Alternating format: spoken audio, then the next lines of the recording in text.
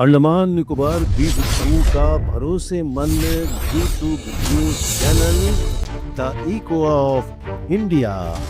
नमस्कार, the Echo of India news channel में आपका स्वागत है। मैं राकेश चंद्रलाल।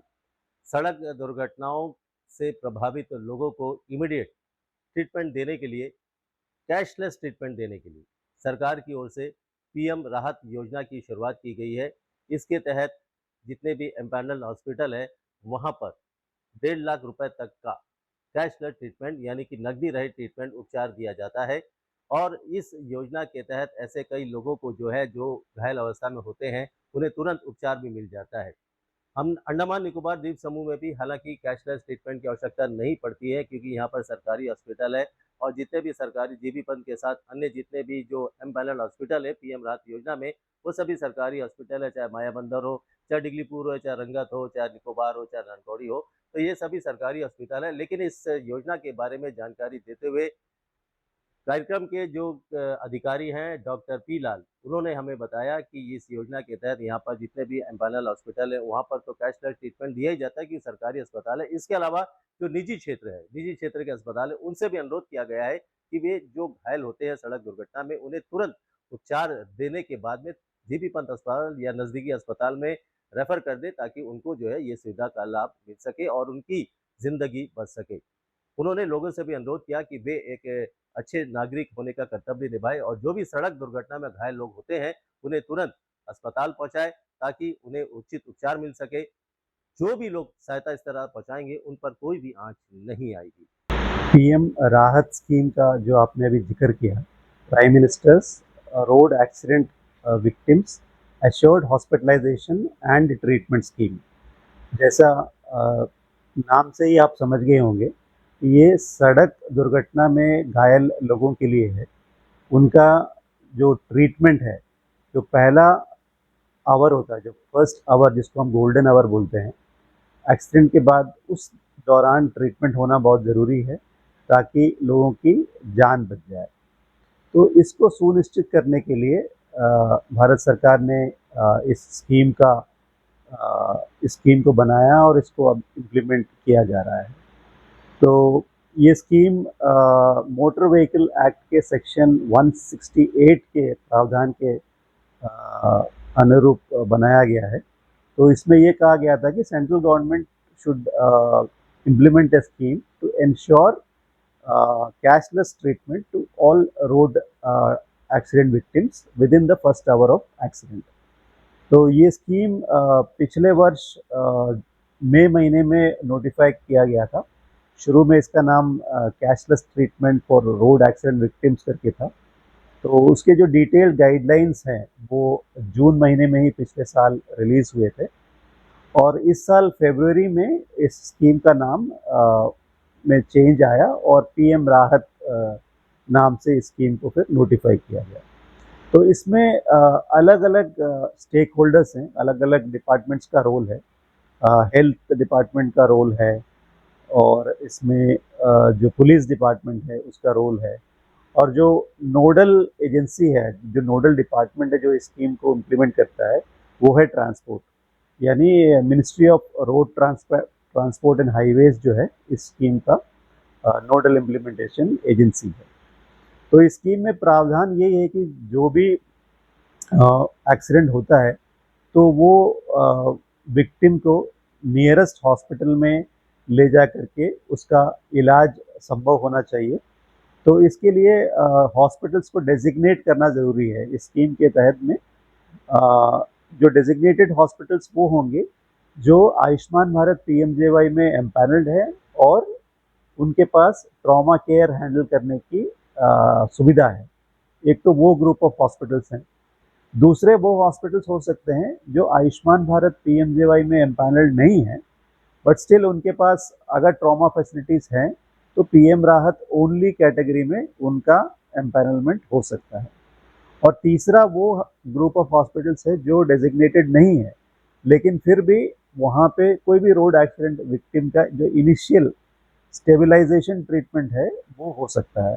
तो ये नॉन डेजिग्नेटेड हॉस्पिटल्स इस कैटेगरी में आएंगे। जहाँ तक हमारे इन द्वीपों का सवाल है, यहाँ पे हमारे आयुष्मान भारत पीएमजेवाई में 7 हॉस्पिटल्स एम्पैनल्ड हैं और वो सभी 7 हॉस्पिटल्स अब पीएम राहत में भी एम्पैनल्ड हैं। तो उनमें हमारा जीबी पंत हॉस्पिटल है जो श्री विजयपुरम में है, और नॉर्थ एंड मिडिल अंडमान में देखें तो अपना डॉक्टर आरपी हॉस्पिटल मायाबंदर है, कम्युनिटी हेल्थ सब डिस्ट्रिक्ट हॉस्पिटल डिगलीपुर है, कम्युनिटी हेल्थ सेंटर रंगत है, और साउथ में बीजेआर हॉस्पिटल कार निकोबार है, और कम्युनिटी हेल्थ सेंटर ननकौरी है। तो ये 7 हॉस्पिटल्स जो आयुष्मान भारत प्रधानमंत्री जन आरोग्य योजना में ऑलरेडी एम्पैनल्ड हैं, उन सभी को फिर से पीएम राहत में भी एम्पैनल किया गया है। तो जैसे आप जानते हैं हमारे यहाँ तो वैसे भी कैशलेस ट्रीटमेंट सभी गवर्नमेंट हॉस्पिटल्स में हो रहे हैं। तो जो एक्सीडेंट विक्टिम है उसको वैसे भी कोई फ़र्क नहीं पड़ने वाला है, लेकिन क्योंकि ये इम्पैनल्ड है तो जो भी ट्रीटमेंट होगा उसका रेट्स जो गवर्नमेंट ऑफ इंडिया ने फिक्स किया है उस रेट का जो रीइंबर्समेंट कंसर्न्ड हॉस्पिटल को होगा। और जहाँ तक दूसरे हॉस्पिटल्स हैं जो डेजिग्नेटेड नहीं है, प्राइवेट सेक्टर में भी हो, तो उनको स्टेबलाइजेशन ट्रीटमेंट वो दे सकते हैं, और उसके बाद में स्टेबलाइजेशन होने के बाद में वो जो एम्पैनल्ड हॉस्पिटल है हमारा जीबी पंत या जो मैंने नाम लिए उन हॉस्पिटल्स में ये जो नॉन डेसिग्नेटेड हॉस्पिटल्स है वो पेशेंट्स को रेफ़र कर सकते हैं। तो इसमें प्राइवेट हॉस्पिटल्स भी आते हैं।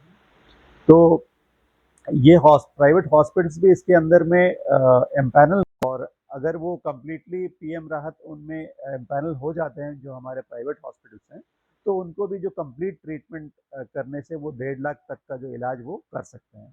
अगर वो एम्पैनल नहीं होते हैं तो सिर्फ जो इनिशियल स्टेबलाइजेशन वाला ट्रीटमेंट उनको देना होगा, और बाद में पेशेंट को जो डेजिग्नेटेड हॉस्पिटल है उसमें रेफ़र करना होगा। और इस स्कीम के अंदर जो फंडिंग होगा वो 2 तरीके से होगा। एक जो एक्सीडेंट कोई इंश्योर्ड व्हीकल के द्वारा होता है, जो एक्सीडेंट करता है व्हीकल उसका इंश्योरेंस है, तो उस क्लेम को सेटल करने के लिए इंश्योरेंस काउंसिल की तरफ से एक फंड बनाया गया है जिससे उसका पेमेंट होगा। और दूसरी तरफ जो व्हीकल्स इंश्योर्ड नहीं हैं या एक्सीडेंट करने के बाद हिट एंड रन केस है, पता नहीं किस व्हीकल ने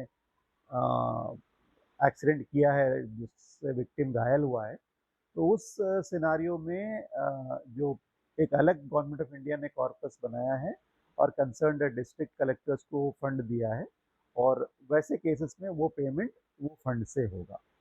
तो ओवरऑल अगर हम देखा जाए तो ये स्कीम का मकसद यही है कि जो भी रोड एक्सीडेंट के विक्टिम्स हैं उनको पहले घंटे में ही जो है ट्रीटमेंट सुनिश्चित किया जाए और कैशलेस। क्योंकि हम जानते हैं कि हमारे देश में प्रत्येक वर्ष हज़ारों लोगों की मृत्यु रोड एक्सीडेंट से होती है, और एक उसका मुख्य कारण होता है कि समय पर अस्पताल नहीं पहुंच पाना। और समय पर अस्पताल नहीं पहुंच पाने के कारण भी वही होता है कि एक तो उसको पहुंचाया नहीं जाता है, लोग कतराते हैं कि अगर हम ले जाए तो हम केस में फंस जाएंगे वगैरह। तो उसके लिए भी इस स्कीम के अंदर में प्रावधान किया गया है एक गुड समैरिटन पॉलिसी नाम से, या राहवीर जो करके एक प्रावधान किया गया है, जिसमें जो विक्टिम की सहायता करता है उसको कोई हरासमेंट ना हो, इसका उसमें उसमें सुनिश्चित किया गया है। साथ साथ एम्बुलेंस बुलाने के लिए भी एक इंटीग्रेटेड नंबर घोषित किया गया है 112 करके, जो इमरजेंसी रिस्पॉन्स सिस्टम का नंबर है। तो इससे एम्बुलेंस आप सिंगल नंबर से 112 से ही एम्बुलेंस आप कॉल कर सकते हैं, और जो विक्टिम है उसको हॉस्पिटल पहुंचा सकते हैं। और विक्टिम को वैसे ही जैसे मैंने बोला कोई भी बाईस्टैंडर पहुंचा सकता है, या अपने पेशेंट के अटेंडर्स खुद ले जा सकते हैं, या पुलिस उसको पहुंचा सकता है। किसी भी तरीके से वो जल्दी से जल्दी हॉस्पिटल तक पहुंचना है, ये मकसद है।